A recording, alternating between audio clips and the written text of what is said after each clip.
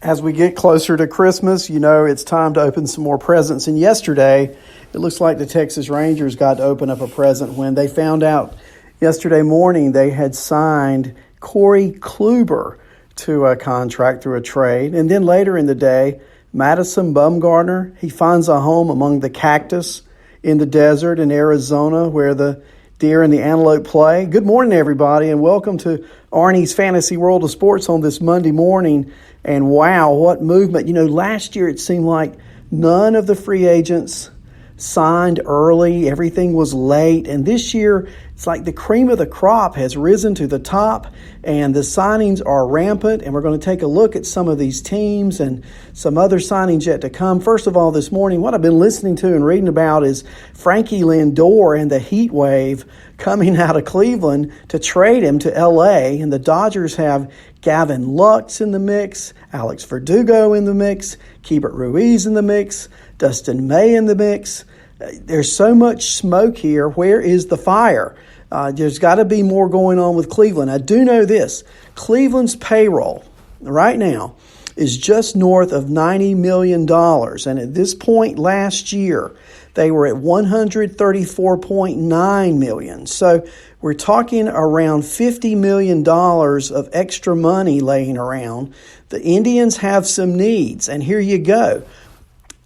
If the Dodgers are going to deal Cleveland, and they're going to deal for Lindor, then Gavin Lux has got to be in the middle of that trade. And I know the Dodgers are saying we don't want to part with Lux. Well, Lindor, it's not like he's an old guy, right?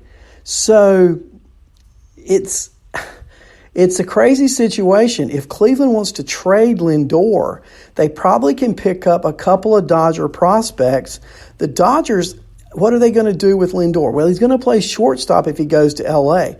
And then you've got Corey Seager. Where's Corey Seager going to go? Is he going to move over to third? Does that move Justin Turner to first? Does that move then? You've got so many moving pieces if the Dodgers make this trade. But Frankie Lindor, he can be the face of any franchise in the major leagues, whether it's the Dodgers, whether it's the Yankees. He can be a franchise face. And so if Cleveland is looking to move payroll, Lindor's probably looking at a $35 million contract in 2 years. Now's a great time to move him, get Lux under control. I think this trade makes sense for both teams. The thing is, the Dodgers not wanting to part with Lux. Well, it's not like Lindor is not a superstar, because he is. And so I don't know what the Dodgers are thinking. If they can make the trade, I think I make it. And so we'll see how that one goes. Now, they've got other prospects. Keibert Ruiz, a great switch-hitting catching prospect. Verdugo, an outfield prospect. Dustin May, who went 3-0 at PCL before being called up to L.A., had some great outings with the Dodgers last year, a great starting pitcher. So Cleveland has that in their wheelhouse. After the trade yesterday, Corey Kluber going to Texas, Delino DeShields coming over to Cleveland. I'm not so much carried away with the potential of that trade as I am Emmanuel Clase coming over, who throws in the 100-mile-per-hour range with movement. Now, Clase last year pitched at High A down east, which is 20 minutes down the road from my house. I got to watch him play only a couple of times because after 7 innings and double-digit strikeouts at High A, he was immediately promoted to Double A, where he continued to throw in the low 100s, the low 100s with a breaking ball to go with it. And the Cleveland Indians are thinking Emmanuel Clase can be or will be stepping into the spot of Hand. Brad Hand could well be traded. He's a free agent after this coming year, and they're looking for Clase to move into that kind of role. They're cutting money, trying to fill in with talent. It's a great move, I think. Kluber, very poor last year when he wasn't hurt. When he was hurt, he didn't play at all, of course. And so Cleveland has the ability to make that trade. Now, some readings this morning on The Athletic and other places, they say that Cleveland could have gotten more. Maybe. But the fact of the matter is, maybe what we're doing here is we're overrating we're overrating Corey Kluber just a little bit. Don't you think that's possible? So I'm going to be looking out to see what more moves Cleveland makes. Now, that division is up for grabs. I've already told you on previous shows, I think the White Sox are the favorite to win that division next year. Minnesota, not shabby. Cleveland now has money to play with.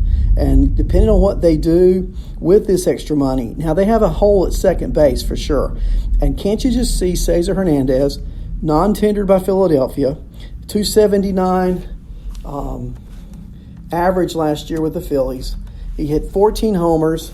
He had 71 RBIs. He could be a real good possibility to land with the Tribe. He could bat at the top of that order. They've got Franmil Reyes coming back. As of right now, Frankie Lindor, a good nucleus to begin with, great pitching, and any chat about the Dodgers or any other team getting Indian pitching, they're not going to trade away any more pitching. Clevenger, I just can't see going anywhere at this point. I don't understand why they would ever trade Clevenger at this point. If you do, it's going to take a haul of talent and some major league talent. Cleveland's not just going to throw in the towel on the season before the season ever starts. What would that do to your fan base? So we'll have to keep our eye on that one, see what happens. Another move yesterday, let's talk about the effect on Texas. Now, Texas comes in historically known as a great hitting team, not so much on the pitching front. Now with Kluber, now with Lyles, now with the pitching that they already had, there's a lot of good pitching down in Texas. And that's just not their historical mantra. They're a hitting team who might can pitch. Now they're a pitching team who might can hit. And there's still some free agencies out there to be looking at from Texas perspective.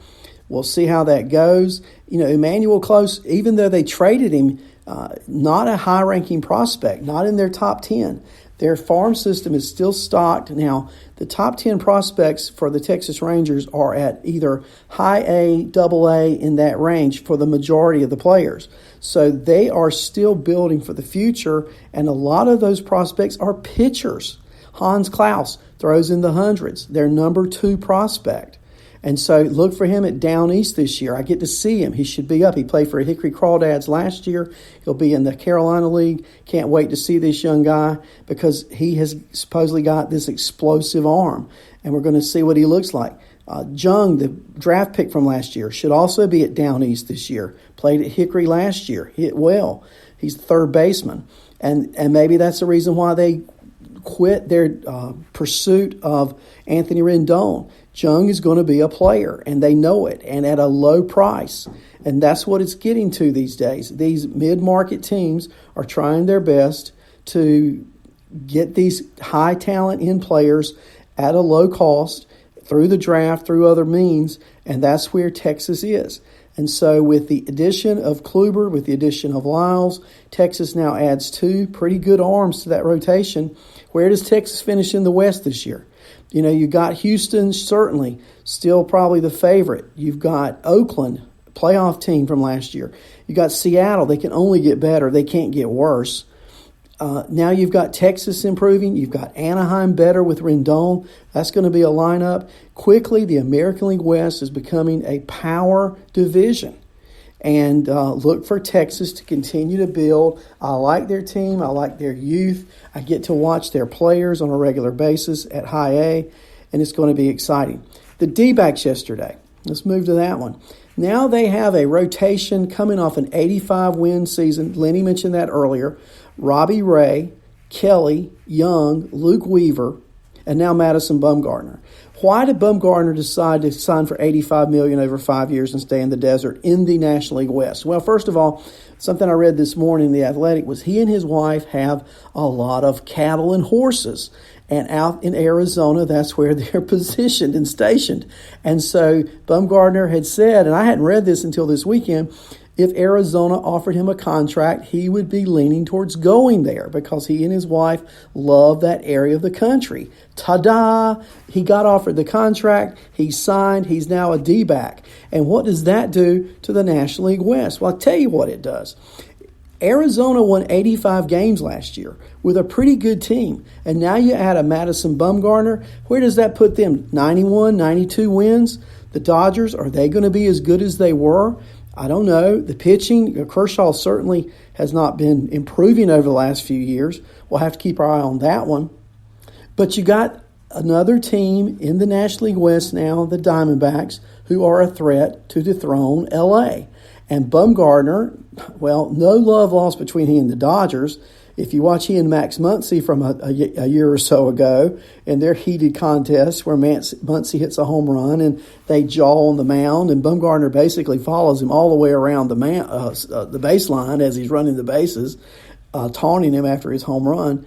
No love lost between the Dodgers and Madison Bumgarner. He's going to be facing them 19 times a year now as a member of the D-backs. And now the question is, Lenny mentioned it earlier, what do the Diamondbacks do with Robbie Ray? Well, I tell you what I would do with him. I would keep him, because now you have yet another solid lefty to go against those Dodger lefties. You know, Bellinger, left-hander. Muncy, left-hander. You need to have left-handed starters to be able to fight the Dodgers in that West.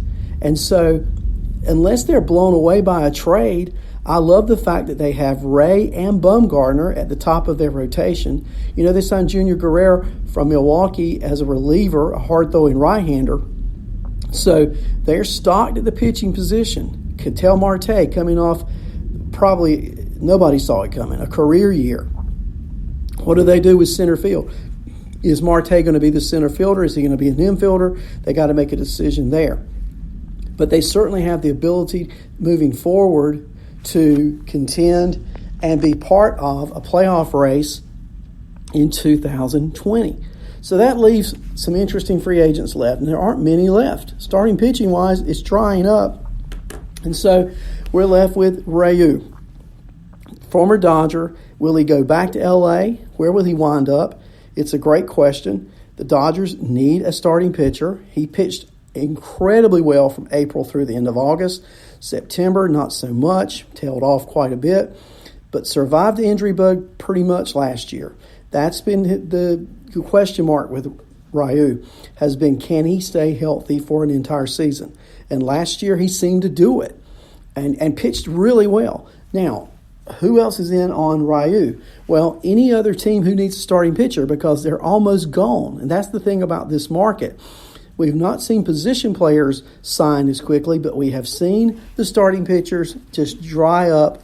After winter meetings, there just aren't many left. And so where will Ryu show?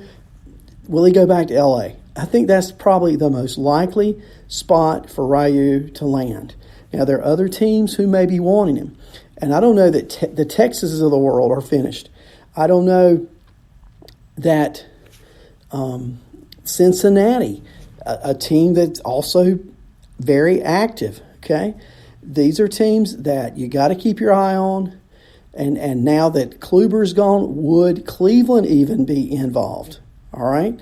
So there's just a whole lot of potential going on with these signings. I think Ryu will be the next shoe to drop. Josh Donaldson may be the next position player. And so where will Donaldson land?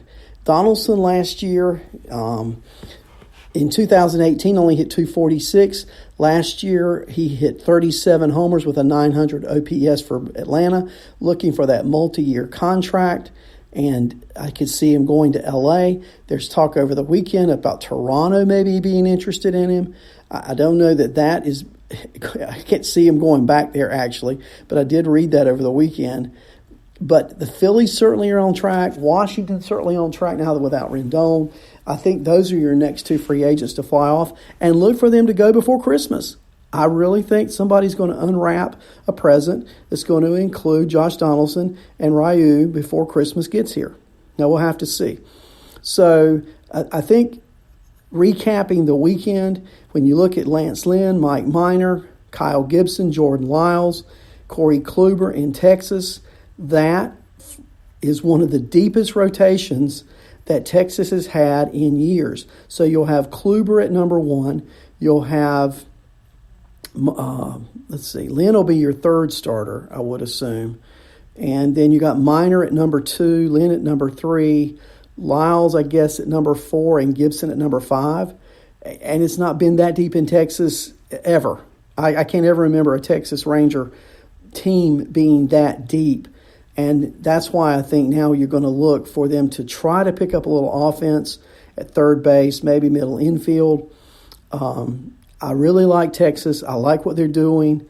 I like the moves that they're making. And they're not doing it on a big budget. So let's keep our eye on the Rangers. Let's keep our eye on the Diamondbacks.